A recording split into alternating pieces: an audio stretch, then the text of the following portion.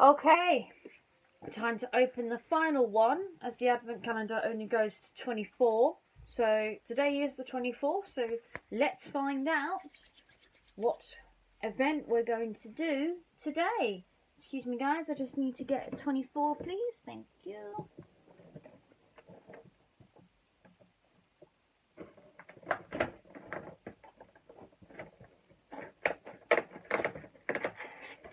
Okay. And it is Pika! Pikachu Pika! It's Pikachu! Pika Pee Pikachu! So, Pikachu is an electric type, which is going to be quite interesting. I wonder what we can do with Pikachu. But for now, let's see what the Harry Potter has in store for us.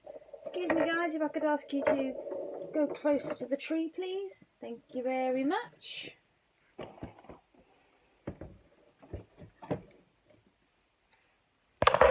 So, 24th, which is Scabbers, or as we know him, Peter Pettigrew. Let's find out what's in the last one. There's only 24 in this one as well. And it is... Ooh! It's another rubber, but it's shaped like an owl. So we've got an owl and a Pikachu. I wonder what we'll come up with. Let's find out together. I'll see you real soon.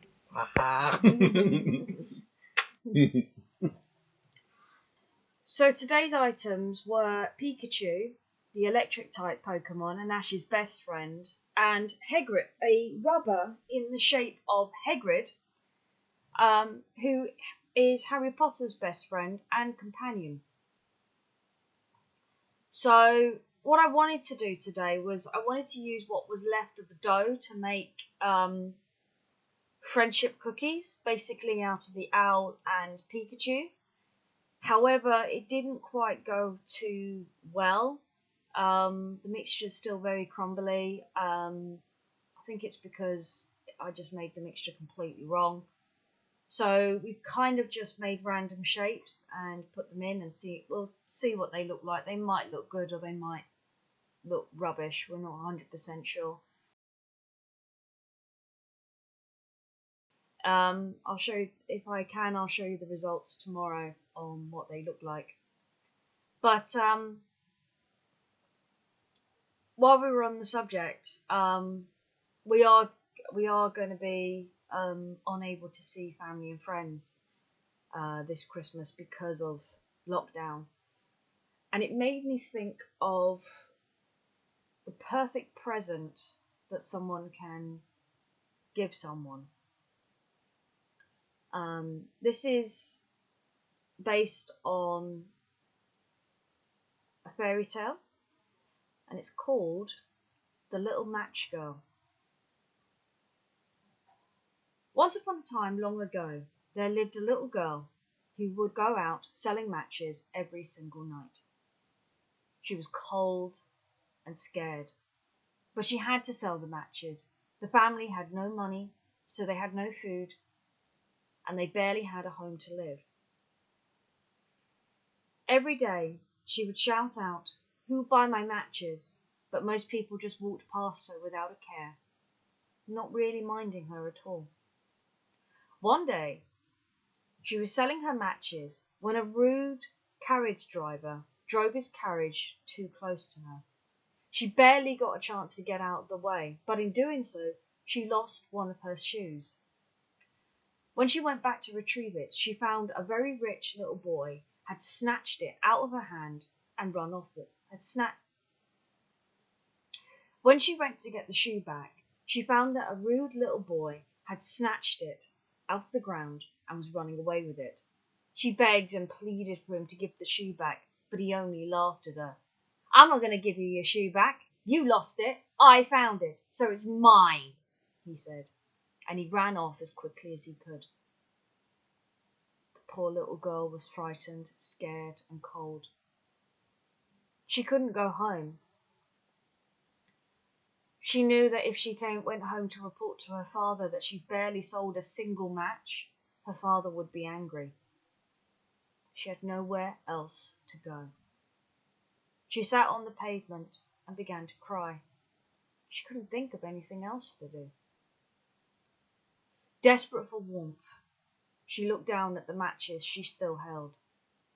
She knew that lighting a match would definitely anger her father, but she had a hard decision to make. She needed warmth, and she had to have it. She decided, maybe if I light one match, I can claim I was testing it. At that very moment, she spotted a little dog rummaging through the bins. "Here, doggy," she said. The doggy sprinted towards her, snuggling up to her for warmth. "Do you think I should light a match, little doggy?" The doggy looked up into her eyes, gave an almost like doggy grin, and then snuggled back onto her body. "I'll risk it," she decided, and she struck a match. As she struck the match, she thought she could hear singing coming from down the road. She looked closer and realized that the smoke from the match was creating an image. It was of a warm kitchen. Turkey was smoking in the oven. The smell of chestnuts on the fire just warmed her little heart, and there was a pot of tea just waiting to be poured. Sadly, as she reached forward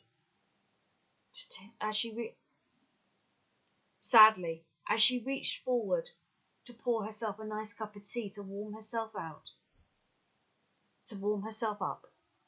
the match burnt out, and she was left with just the little dog as her little companion. The dog whimpered. It had missed the warmth.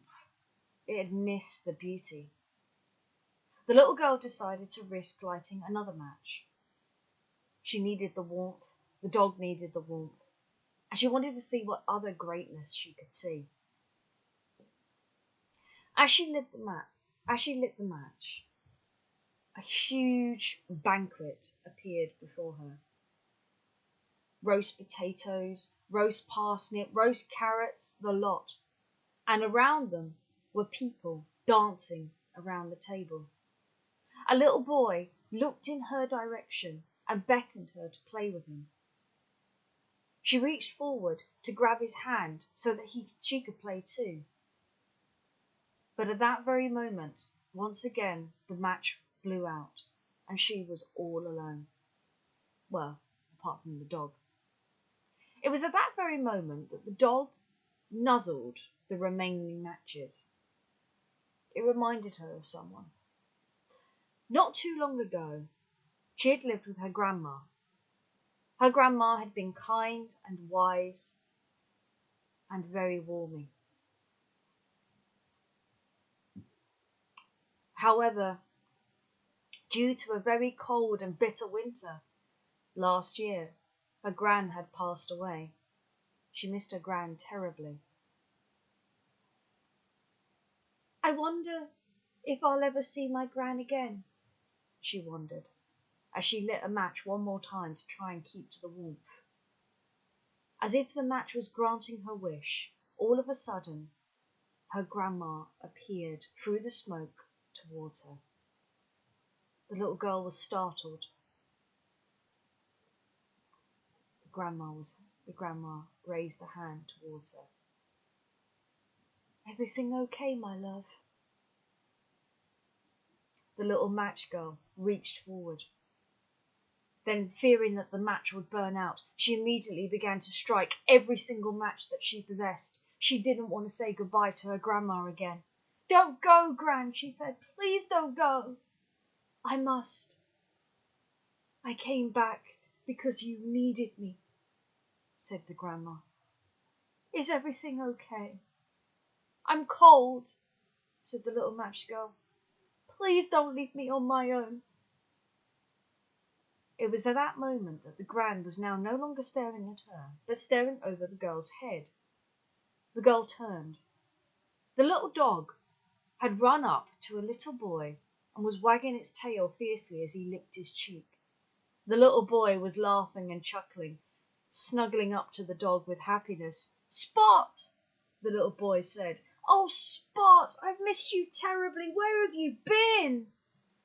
The little dog barked happily and ran towards the little girl. The little girl, who was still holding on to the rest of the burnt out matches, turned round again. Her grandma gave her a little smile and then disappeared into the darkness. The little girl wanted to cry. She didn't know what to do.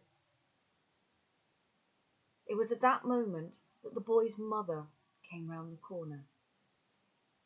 She was a little startled to find the little girl curled up on the floor, almost frozen, unable to move, too scared and frightened to ask for help.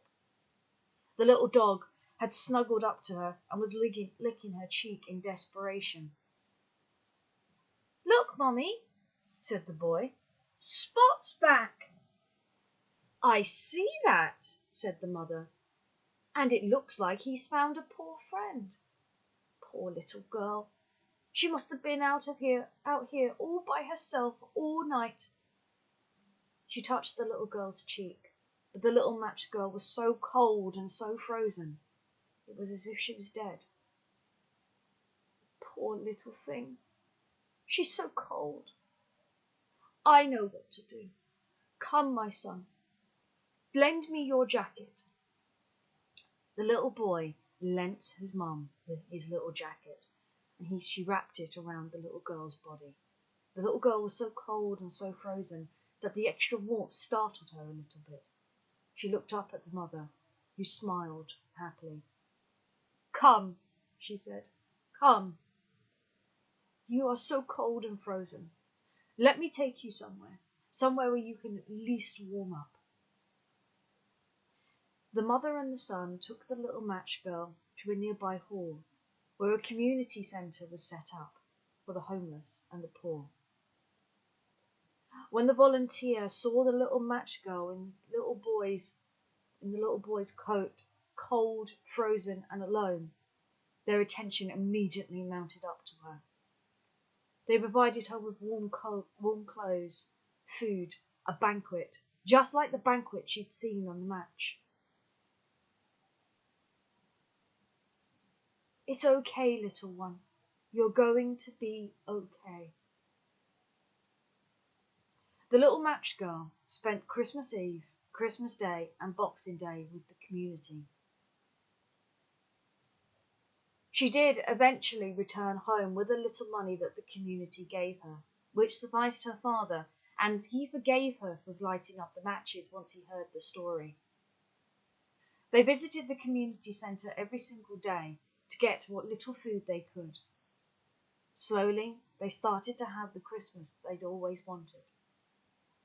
And the little match girl would see the little boy again very often as she sold the matches. The little boy would often help her sell the matches, calling out in his voice and singing to attract the crowd. The little match girl would also sing too, and they started to have a little friendship together. And the little dog would dance around the both of them as they sang.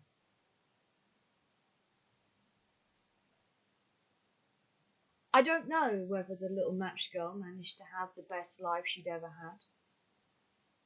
I never saw her again. The last I heard, she and her father were still selling matches, but she was starting to wear warmer clothes now, and she looked less thin than the last time I saw her. Maybe there is hope in this world for a little match girl.